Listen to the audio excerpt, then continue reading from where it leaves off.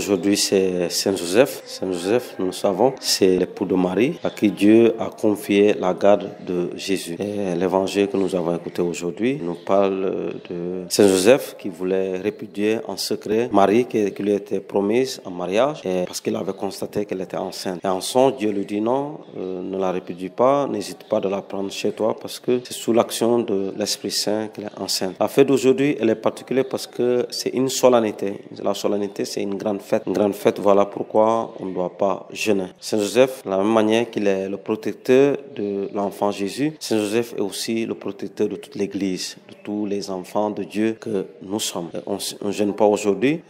Quand on compte bien les jours de jeûne, les 40 jours, quand vous enlevez ce jour d'aujourd'hui, on a toujours les 40 jours. Voilà pourquoi en cette fête, donc, on ne doit pas jeûner. Et c'est pas un péché de se priver de jeûne aujourd'hui. On ne doit pas jeûner parce que c'est une solennité. Effectivement aussi, l'Annonciation, c'est une solennité, c'est une grande fête où l'ange Gabriel est venu annoncer à la Vierge qu'elle va enfanter un fils, le sauveur du monde. Donc c'est une solennité, on ne doit pas jeûner. Comme je l'ai dit tout à l'heure, le jeûne c'est 40 jours, nous le savons tous. Quand nous enlevons ces deux solennités pendant ce temps de carême, nous aurons toujours les 40 jours. Donc on peut jeûner nos 40 jours. Parce que si on jeûne par exemple aujourd'hui à la Saint-Joseph et le jour de l'Annonciation, c'est comme si on a jeûné 42 jours. Donc c'est des jours de solennité, des jours de fête, un peu comme le dimanche. Donc on ne doit pas jeûner en ces jours-là. Si on veut jeûner même après le carême, le jeûne, on peut toujours le jeûner. Après le carême, il y a des jours où on peut jeûner. Voilà, nous connaissons déjà les prêtres exorcistes et d'autres personnes aussi qui jeûnent. Pourquoi? Pour avoir la force pour combattre contre le malin.